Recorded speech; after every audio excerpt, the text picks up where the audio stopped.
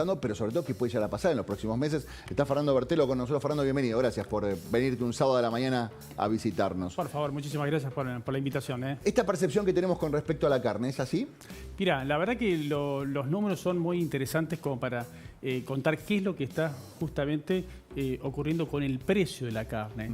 A ver, se conoció el dato de inflación de mayo, que daba un 4,2% de incremento. Sí. En el caso de la carne, el relevamiento que sigue un organismo en base a 80 carnicerías, 40 puntos de venta también en supermercados, que se llama el Instituto de Promoción de la Carne Vacuna Argentina, da cuenta que la suba fue del 3%, o sea, quedó por debajo de la inflación.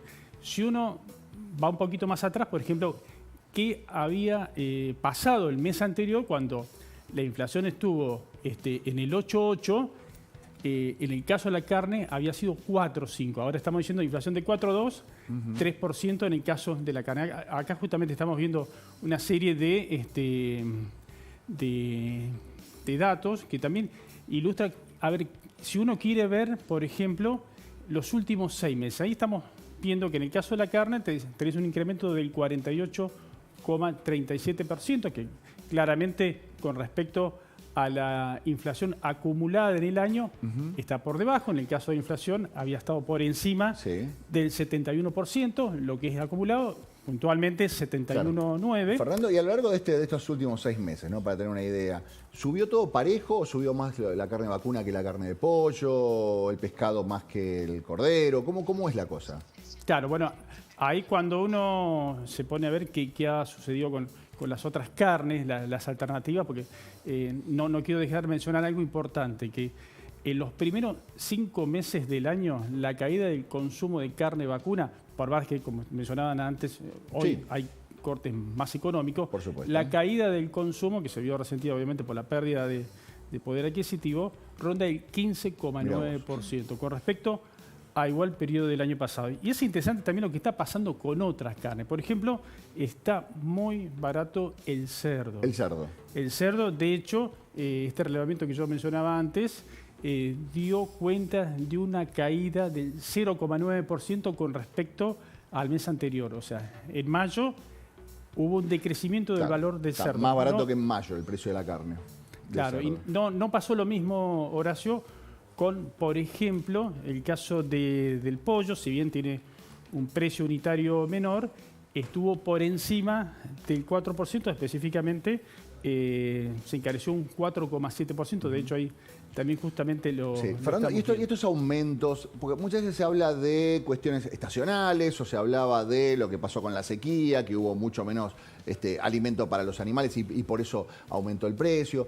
¿A qué se deben estos aumentos?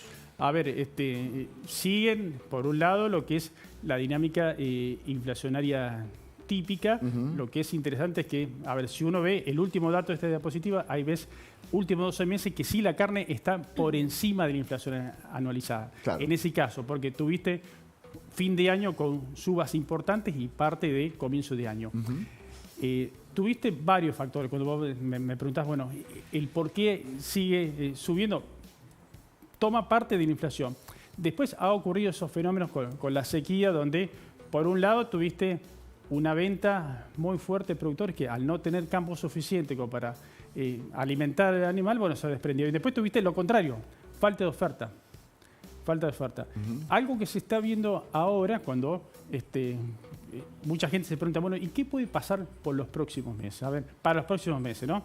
Los expertos no están viendo, los analistas que siguen puntualmente el mercado ganadero de carne, no están viendo un incremento significativo hacia los... No está nada cerrado, ¿no? Pero la foto general da eso. De hecho, hoy en día tenés una importante cantidad de animales encerrados en corrales bajo el sistema de feedlot. Hay más de 1.900.000 animales que van a estar terminados en los próximos meses para salir al mercado y eso va a significar más oferta todavía también. Fer, ¿consideren igual que están atrasados en los precios? Porque venimos escuchando de que el precio está atrasado contra la inflación desde el año pasado y no sé si del otro también. Por más de que en diciembre, cuando estuvo la fuerte suba, actualizaron bastante, seguimos viendo que se empieza a atrasar, por lo menos contra el avance general. ¿Los productores creen que todavía está atrasado el precio? Me acuerdo que en enero se hablaba del corte de carne hay 1 kilo a 15.000 pesos, que claramente no ocurrió, está casi 50% más abajo. Claro, bueno, a ver, los productores lo que están viendo es que tuviste los últimos días una cierta recomposición de valores. Sin embargo, cuando vos empezás a ver los 2.000, poquito más de 2.000 pesos, según la categoría de animales, o por debajo de eso también, en realidad es una recomposición de algo que ya tuviste antes.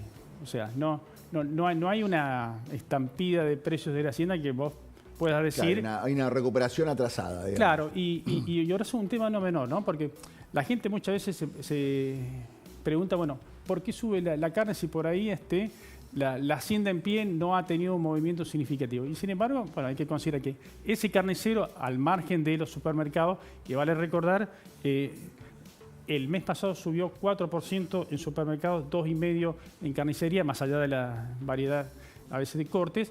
El carnicero, por ejemplo, después tiene que meterle el costo por supuesto, de la luz y un montón de cosas más que terminan de algún modo moldeando ese precio final que uno paga. No, y también tenés esta cuestión, como vos bien decías, bajó el consumo, entonces el tipo que vende carne no puede poner un precio que ya el mercado no se lo está validando. Si vos decís, mira, ¿sabés qué? Pongo el kilo de lomo 16 lucas, no te lo compra nadie. Claro. No te lo compra nadie. Pongo este kilo a 12, no te lo compra nadie.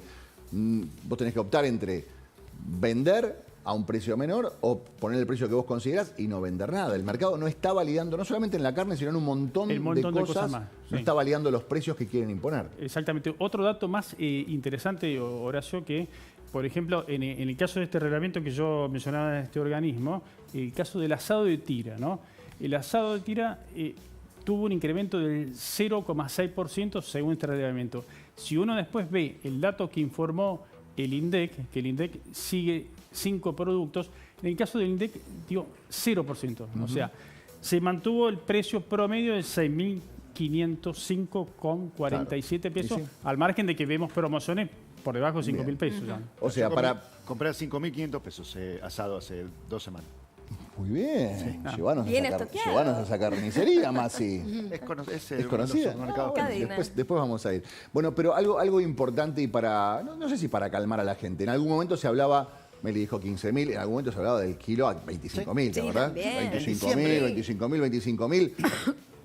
Estamos lejos de esa situación, Sí, ¿no? hoy no está claramente ese escenario, y de hecho cuando uno habla con expertos no está, al margen de que obviamente que el productor, el ganadero, vaya a ir de a poco como necesitando cada vez más que se recomponga su precio, porque si no, ves que los otros costos te han subido mucho más, ¿no? Pero hoy, en principio, ese escenario no está por ahora. Perfecto. Buenísimo. Fernando, gracias por haber venido, ¿eh? Gracias. Muchas gracias por acompañarnos. Bueno, 10 minutos faltan para las 11 de la mañana. Estamos en 16 grados y 2 décimas de temperatura. En un rato vamos a estar hablando con un amigo de Canadá. ¿Cómo se vive en Canadá? ¿Por qué eligió Canadá para irse? ¿Y cómo es la vida cotidiana? ¿Cómo es conseguir un colegio para los chicos en Canadá? ¿No? Porque esto todavía no lo habíamos hablado, ¿no? ¿Cómo podés embarcarse en un país? Vos.